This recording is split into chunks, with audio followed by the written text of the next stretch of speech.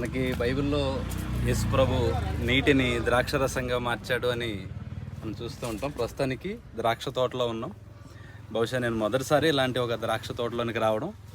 ఇది మహారాష్ట్రలో హిందూపూర్ అనే ఒక ప్రాంతంలో, ఆ చుట్టుపక్కల ఉన్న ఒక ప్రాంతంలో ఒక ఏరియా ఇది. ఇక్కడ అన్నీ చాలా మంచి పంటలు చుట్టుపక్కల ఉన్నాయి. ఇటు పక్కన దానిమ్మ, ఇది ద్రాక్ష, అటు సైడు చెరుకు, ఇట్లా రకరకాల పంటలు ఉన్నాయి. ప్రస్తుతానికైతే ద్రాక్ష తోటలో ఉన్నాం. బైబిల్లో మనకి యేసుప్రభు నీరు ద్రాక్ష రసంగా మార్చినట్లుగా మనకి కనపడుతుంది. ద్రాక్ష అనేదానికి బైబిల్లో చాలా ప్రాముఖ్యత ఉంది. యేసుప్రభుని మనం జ్ఞాపకం చేసుకోవడానికి కూడా, ఆయన శిలువ మరణాన్ని జ్ఞాపకం చేసుకోవడానికి కూడా రొట్టె ద్రాక్ష రసం తీసుకుంటూ ఉంటాం.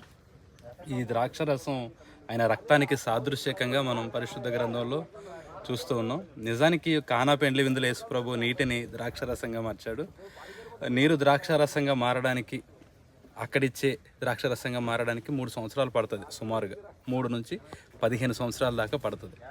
కానీ యేసుప్రభు దాన్ని ఒక 3 నిమిషాల్లోనే చేసినట్లుగా మనం బైబిల్లో చూస్తూ ఉన్నాం.